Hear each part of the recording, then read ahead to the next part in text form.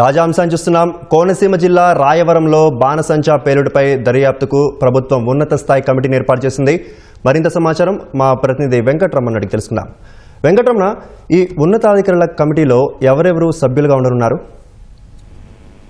BR Ambedkar Konaseema జిల్లా రాయవరంలో బాణసంచా తయారీ కేంద్రంలో జరిగినటువంటి పేలుడుతో ఇప్పటికీ 6 మృతి చెందగా పలువురు తీవ్ర గాయాల పాలయ్యారు. వాళ్ళందరూ కూడా ఆసుపత్రిలో కోలుకుంటున్న పరిస్థితి ఉంది. అయితే ఈ దుర్ఘటన కారణాలకు ఏంటి, దేని వల్ల సంభవించింది, దీనికి బాధ్యులు ఎవరు అనేటువంటి విషయంపై నిగ్గు తేల్చేందుకు కూటమి ప్రభుత్వం ప్రత్యేకంగా విచారణ కమిటీని ఏర్పాటు చేసింది. ఈ దుర్ఘటనను చాలా సీరియస్ గా తీసుకున్నటువంటి సీఎం చంద్రబాబు నాయుడు దీనిపై సమగ్రంగా దర్యాప్తు చేసి దీనికి కారణాలు ఏంటి, ఎవరు కారకులు అనే విషయాన్ని తెలియజేయాలని చెప్పేసి అధికారులను ఆదేశించారు. ఈ మేరకు సిఎస్ విజయానంద్ కాసేపు క్రితం ఉత్తర్వులు జారీ చేశారు. దీనికోసం విచారణ కమిటీని ఏర్పాటు చేస్తూ ఈ ఆదేశాలు వెలువరించడం జరిగింది. ఈ కమిటీలో ప్రత్యేకించి మున్సిపల్ శాఖ ముఖ్య కార్యదర్శి ఎస్ సురేష్ కుమార్ ప్రధానంగా ఆయన నేతృత్వంలో దర్యాప్తు జరగనుంది. దీంతో పాటు ఐజీ ఆర్కే రవికృష్ణన్ కూడా సభ్యుడిగా నియమించారు. వీరిద్దరు కూడా ఈ కమిటీ క్షేత్రస్థాయికి వెళ్లి అక్కడ బాణసంచా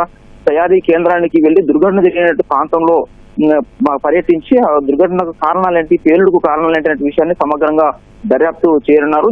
అదేవిధంగా ఈ ఘటనలు పునరావృతం కాకుండా ఎలాంటి చర్యలు తీసుకోవాలి అనే విషయంపై కూడా సమగ్రంగా పరిశీలించి సిఫారసు చేయాలని చెప్పేసి ప్రభుత్వం ఆదేశాలు తెలియజేసింది.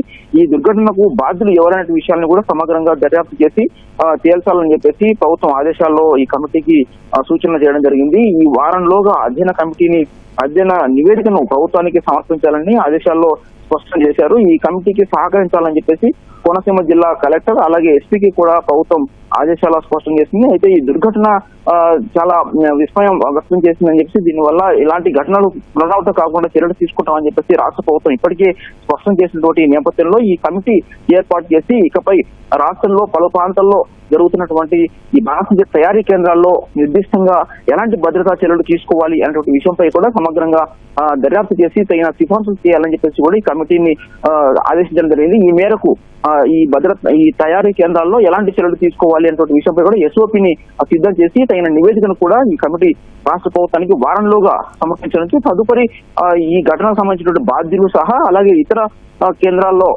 ఇలాంటి తరహా ఘటనలు జరగకుండా తదుపరి ఎలాంటి చర్యలు తీసుకోవాలి అనేటువంటి విషయంపై కూడా రాష్ట్ర ప్రభుత్వం ప్రత్యేకంగా చర్యలు తీసుకోవాలని చెప్పేసి నిర్ణయించి ఈ మేరకు కమిటీని ఏర్పాటు చేసింది.